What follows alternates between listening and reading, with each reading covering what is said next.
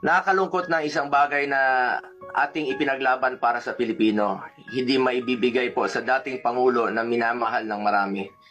Ganyan ba po ang dapat na trato sa taong minahal ang bayan at minahal din ng taong bayan? Ilang beses na po nagsinungaling si now Brigadier General Jean Pardo. Sana po, ma'am, bilang spokesperson, totoo lang po ang sabihin mo, alang-alang sa bayan. Your duty is to be loyal to our flag and to our country. Minahal namin kayo ni dating Pangulong Duterte. Sana, konting respeto lamang po. Kung nagawa nyo yan sa akin, magsinungaling, mas nagagawa nyo po yan sa ibang tao. Respeto lamang sana.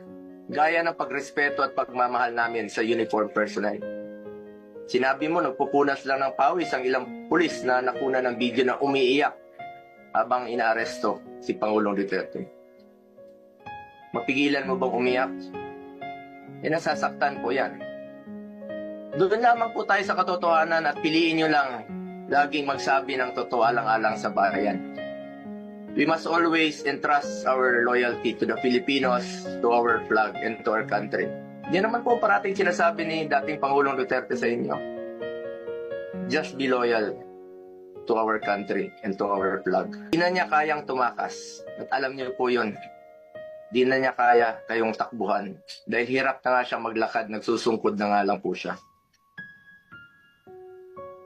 Imbis na umunlad, bigla tayong umurong.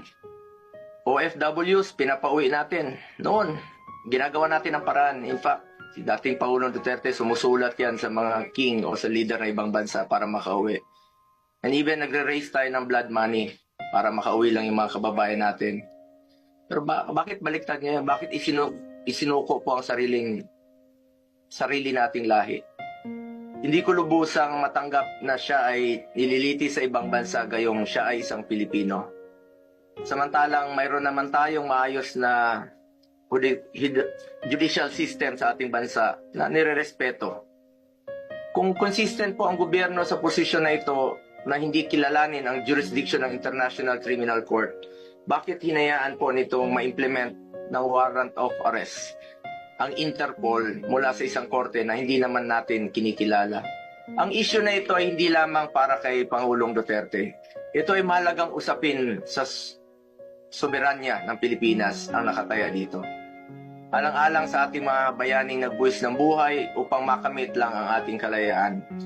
Alang-alang sa ating ngayon na patuloy na inaalagaan ang ating soberanya.